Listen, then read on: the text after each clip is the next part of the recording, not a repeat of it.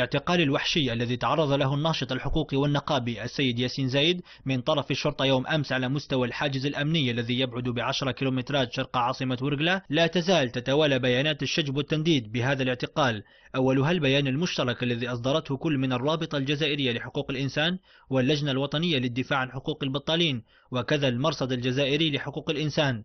هذا البيان أدان وبشدة ما وصفه بالتصرفات اللاقانونية وغير الأخلاقية التي تعرض لها هذا النقابي والحقوقي من طرف أعوان الشرطة الذين وصل بهم الأمر بعد انتهاكهم لنصوص القانون إلى درجة الاعتداء الجسدي بالصفع والركل الذي تعرض له السيد ياسين زايد.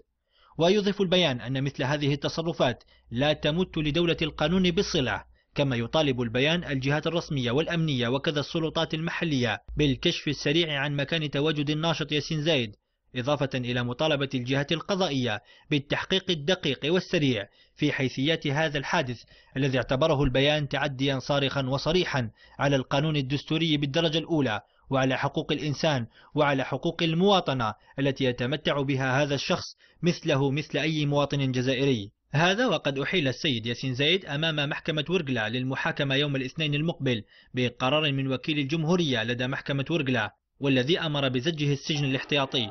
وقد عاشت هذا اليوم ولاية الأغواط احتجاجات عارمة لمساندة الناشط ياسين زايد، جوبهت بقمع شديد من طرف قوات الشرطة التي دخلت في صدامات عنيفة مع المواطنين واعتقلت 40 شابا من المتظاهرين. وتجدر الإشارة مشاهدينا أن الصور التي تشاهدونها من أرشيف القناة في انتظار وصول صور عن مظاهرات هذا اليوم بمدينة الأغواط نوافيكم بها في نشراتنا اللاحقة. أما هو شدوا البطاقة نتاعو وخلاوه هو الأخير، من بعد قالوا له روح البوست دو كار هذاك مليح، وقالوا لصاحب الحافله يعني روح هذا ماهوش رايح، هذا راح يقعد لهنايا.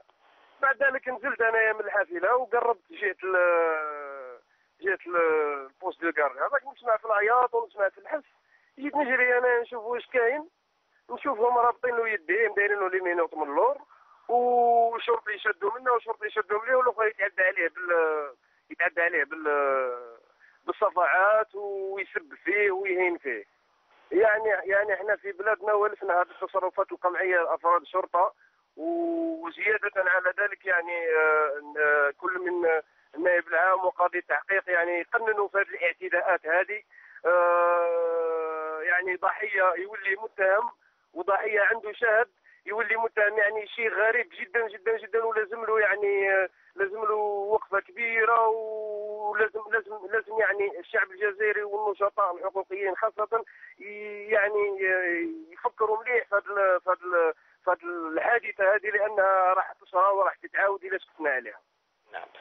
هل تدعون الى تجمع يوم الاثنين امام محكمه ورقلة؟ اكيد ان شاء الله يا ربي، مع مجموعه من النشطاء الحقوقيين والمتضامنين واللي يعرفوا ياسين زايد والنشطاء تاع لجنه البطالين، وان شاء الله يا ربي معولين نديروا وقفه احتجاجيه قدام وقفه احتجاجيه وتضامنيه امام محكمه ورقلة يوم الاثنين، يوم محاكمه الاخ ياسين زايد.